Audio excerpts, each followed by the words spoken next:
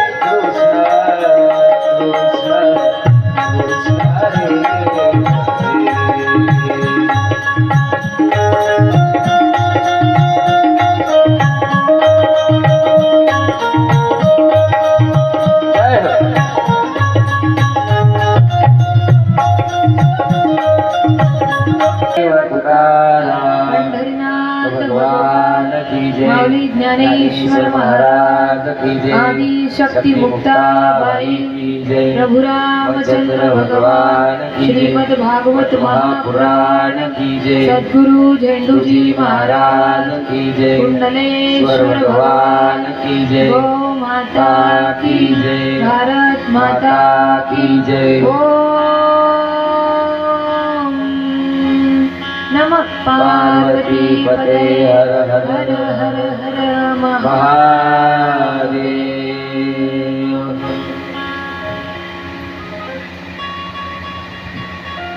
सर्व श्री कृष्ण उपासकांचं अंतःकरणपूर्वक स्वागत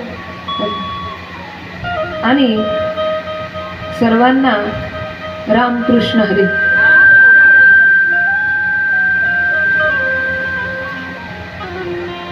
चराचर सृष्टीमध्ये वास करणारा अखिलेश परमात्मा अनंत कोटी ब्रह्मांड नायक असलेला असा हा सगुण निर्गुण असलेला हा परमात्मा, जसा या परमात्म्याचे रूप अतिशय सुंदर आहेत, तसं या परमात्म्याचं चरित्र सुद्धा निर्मळ आणि सुंदर आहे. मनुष्याच्या मनाची शुद्धता करणारं चरित्र म्हणजे परमात्म्याचं दिव्य आणि शुद्ध असलेलं असं चरित्र. श्रीमद भागवत यामध्ये त्या भगवंताने आपली जी मूर्ती या ठिकाणी स्वतः भगवंत ज्या ग्रंथामध्ये वाङ्मयीन रूपाने आपल्या सर्वांचा उद्धार करण्यासाठी, आपल्यासारख्या छोट्या जीवांचा कल्याण करण्यासाठी हा परमात्मा या ग्रंथाच्या रूपाने आपल्यासोबत आपल्याला ज्ञान देण्यासाठी आणि आपल्या मनाची शुद्धी करण्यासाठी कायम सोबत आहे आणि राहील. तेव्हा गेल्या 6 दिवसापासून आपण या पवित्र आणि मंगलमय असलेल्या अशा भगवंताच्या गुणांचं चिंतन आणि भजन जमेल तशा पद्धतीने करतोय. या ज्ञान गंगेमध्ये आपण गेल्या 6 दिवसापासून सकाळी अगदी 5 वाजल्यापासून काकड आरती, मग विष्णू सहस्रनाम, मग दुपारी पुन्हा कथा झाल्यावर पुन्हा हरिपाठ आणि अशा पद्धतीने पूर्ण दिवस त्या भगवंताची चिंतन आणि सेवा करण्याचा प्रयत्न करतोय. आज याच भागवत गंगेचं, ज्या गंगेमध्ये आपण गेल्या 7 दिवसापासून स्नान करतोय, त्या भागवत रूपी गंगेचा आज विश्रामाचा दिवस आहे. कथा संपली असं म्हणता येत नाही, कथा विश्राम घेते.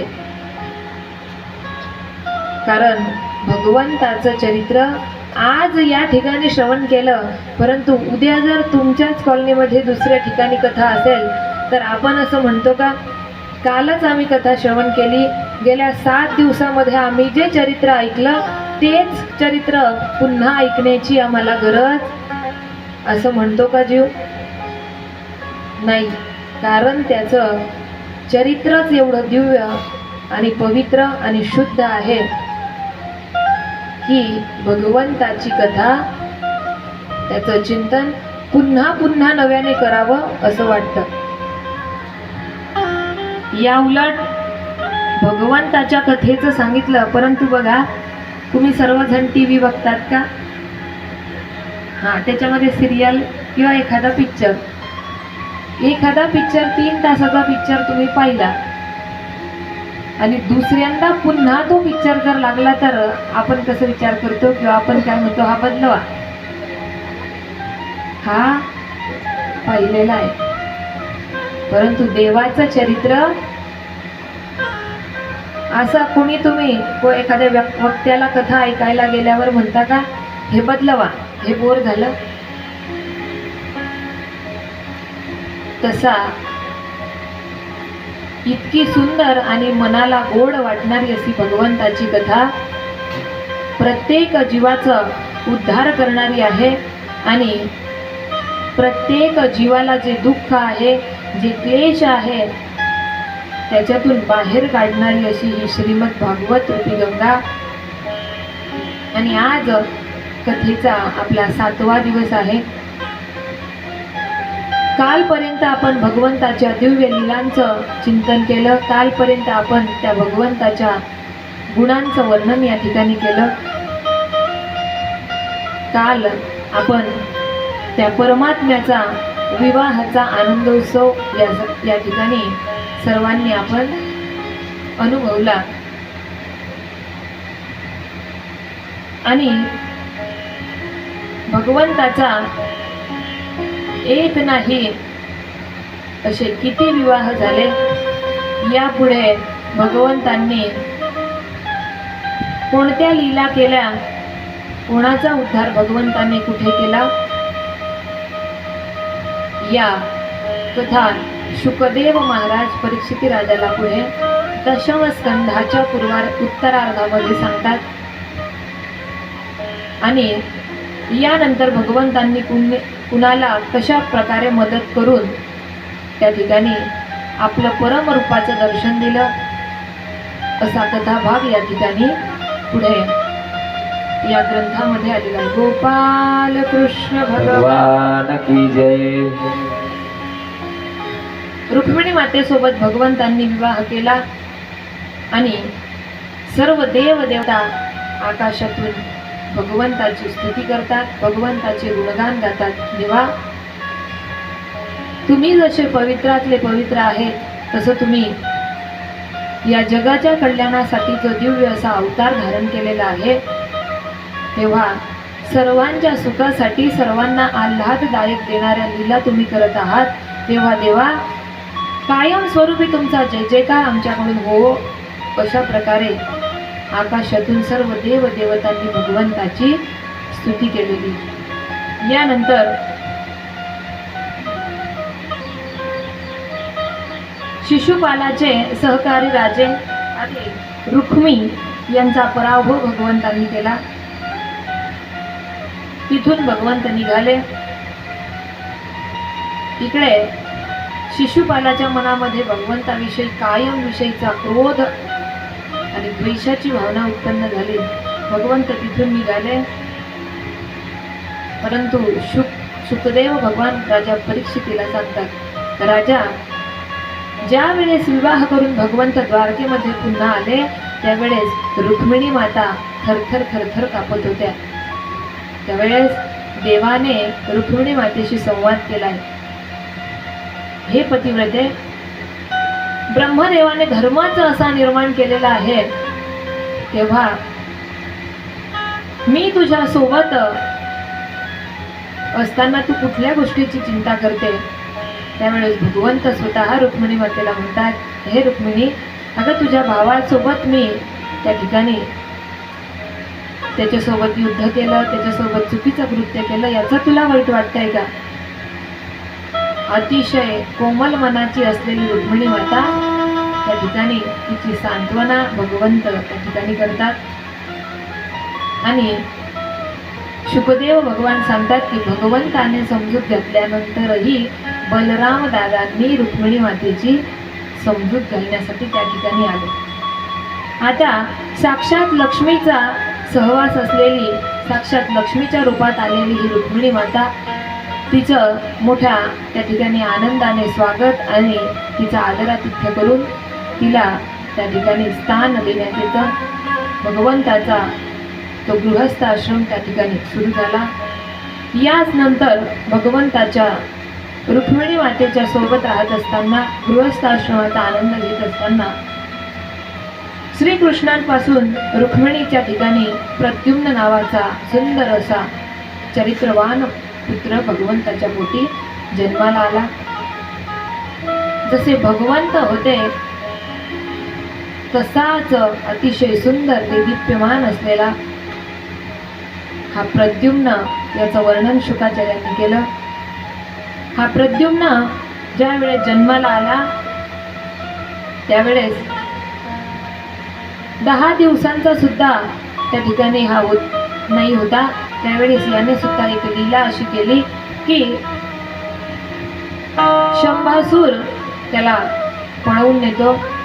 शंभासूर याला काही पूर्वशाप असल्यामुळे याला या ठिकाणी ज्ञात झालं की श्रीकृष्णाच्या घरी बाळ, श्रीकृष्णाच्या पोटी त्या ठिकाणी बालक जन्माला आलेला आहे आणि त्याच्या हातून आपला वध होणार आहे, म्हणजे तो आपला शत्रू आहे, हे त्याने मनात धारणा घेऊन त्या ठिकाणी प्रद्युम्नाला घेऊन गेला आणि समुद्रामध्ये फेकून दिलं आणि तो आपल्या घरी निघून गेला.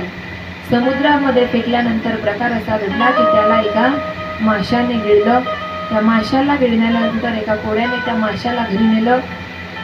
माशाला चिरल्यानंतर त्याच्या आतमध्ये त्याच्या पोटातून एक बालक त्या ठिकाणी बाहेर निघाल्यानंतर ते बालक पाहून एक दासी त्या मायावतीकडे आली आणि मायावतीकडे येऊन तिच्या मनामध्ये शंका उत्पन्न झाली की माशाच्या पोटामध्ये हा बालक आला कुठून. त्यावेळेस नारदांनी येऊन त्याची जी सर्व हकीकत होती ती हकीकत त्या ठिकाणी त्या मायावतीला सांगितली.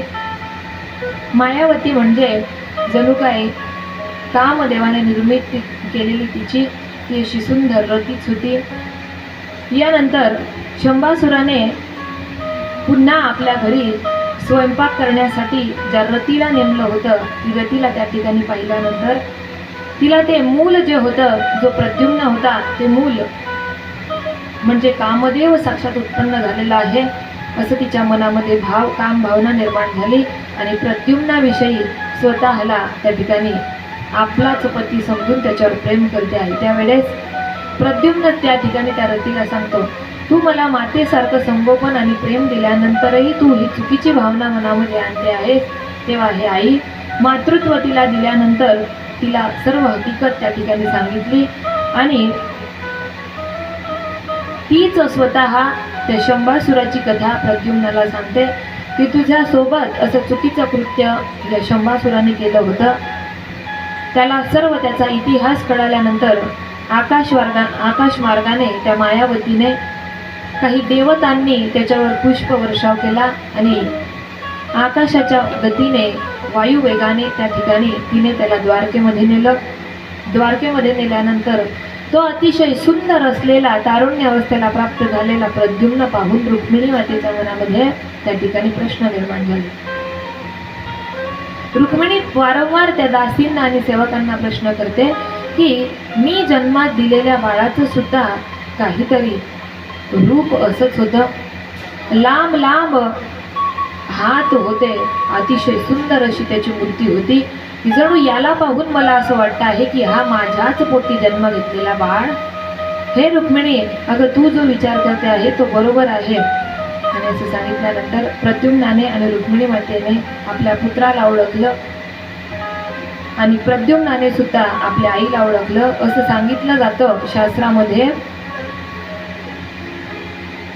लांब लांब हात पाय जर असले, गुडघ्यापर्यंत जर हाताचा स्पर्श होत असला तर ते बालक कित्येक पटीने बुद्धिमान असतं, चरित्रवान त्या ठिकाणी असतं. आणि हा प्रद्युम्न जो होता या प्रद्युम्नाचं चरित्राचं वर्णन या ठिकाणी सांगितलं. पुढे भगवंताच्या सोबत कोणकोणत्या लीला भगवंतांनी केल्या त्यावेळेस शुकदेव भगवान त्या ठिकाणी परीक्षित राजाला सांगतात की राजा, एक वेळेस सत्राजिताने श्रीकृष्णावर खोटा आड घेतला होता. त्यावेळेस राजाने प्रश्न केला, हे मुनी, कशासाठी देवावर या सत्राजिताने आड घेतला आणि का चोरीचा आरोप लावला, ती कथा मला तुम्ही सविस्तर सांगा. त्यावेळेस सत्राजिताची कथा त्या ठिकाणी शुकदेव भगवंतांनी राजा परीक्षितीला सांगितली. एक वेळेस काय झालं, सत्राजित हा सूर्याचा परम भक्त होता आणि सूर्याचा उपासक असल्या कारणाने सूर्य भगवंताने याच्यावर प्रसन्न होऊन याला एक दिव्य मणी त्या ठिकाणी शमंतक नावाचा मणी त्या ठिकाणी प्रदान केला होता. हा मणी असं सांगितलं जातं, शुकदेव भगवान सांगतात, परीक्षिता, अरे हा मणी दररोज 8 भार सोनं त्या ठिकाणी सत्राजिताला प्रदान करत होता. 8 भार, भार म्हणजे ग्रॅम आणि ते 1 तोळा म्हणजे 10 ग्रॅम, बरोबर आहे की नाही. मग भार म्हणजे किती,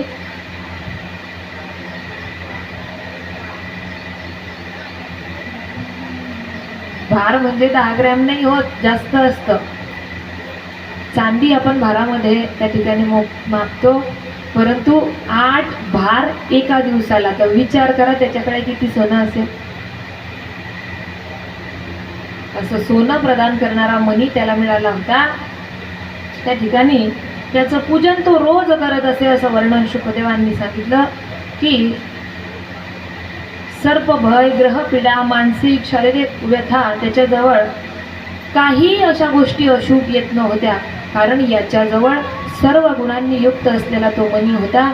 जेव्हा त्याला काही वाटलं की आपल्याजवळ धनाची कमतरता आहे, त्यावेळेस त्या मण्याचं दर्शन घ्यायचा, त्याला तो रोज त्याला स्वच्छ करायचा, त्याचं स्नान करायचा, सूर्याची उपासना करायचा आणि रोज तो मणी 8 भार सोनं प्रदान करायचा. आता एका वेळेस श्रीकृष्ण भगवंतांनी त्याच्याजवळ जाऊन सांगितलं, म्हणे सत्राजिता, जो मणी तुला सूर्याने प्रदान केलेला आहे तो मणी मला असं वाटतं की तू उग्रसेन राजा, जो आपल्या राज्याचा राजा आहे, त्याला द्यावं. राजाला दिल्यानंतर राजा तो त्याची बरोबर सेवा करेल आणि त्याच्याजवळ जे सोनं त्या ठिकाणी निर्माण होईल त्याच्यानं तो जनतेचे सर्व सुख सोयी पाहिल किंवा देईल, धन देईल. आता ही गोष्ट त्या ठिकाणी सत्राजिताला आवडली नाही. म्हणे कृष्णा, माझ्याजवळ असलेला मणी तुला पाहवत नाही का? मी तो मणी कुणालाही देणार नाही. भगवंत त्या ठिकाणी निघून गेले. त्यावेळेस त्याने तो मणी आपल्या भावाला, म्हणजे प्रसेन नावाचा त्याचा एक भाऊ होता सत्राजिताचा, त्याला दिला. आता त्याने इतका चमकदार आणि अतिशय तेज त्या मण्याचं होतं. त्याने असा विचार केला, घरामध्ये राहून हा मणी काय करणार, म्हणून त्याने तो मणी आपल्या गळ्यामध्ये धारण केला. गळ्यामध्ये धारण केला आणि तो निघाला वनाच्या दिशेने.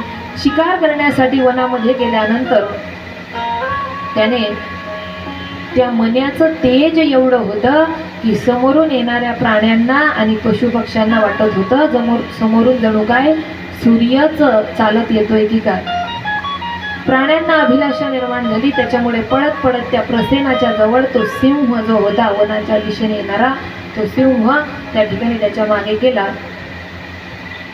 आणि त्याच्यावर त्या ठिकाणी हल्ला त्या सिंहाने केला. जो चमकणारं याच्या शरीरावर जे काही आहे ते आपण खाण्याच्या दृष्टीने त्याच्यावर झडप घातली, तोच प्रसेन त्या ठिकाणी मरण पावला. प्रसेन त्या ठिकाणी मरण पावला. आपला भाऊ या ठिकाणी घरी पुन्हा परत येत नाही, हे दुःख सत्राजिताला झालं.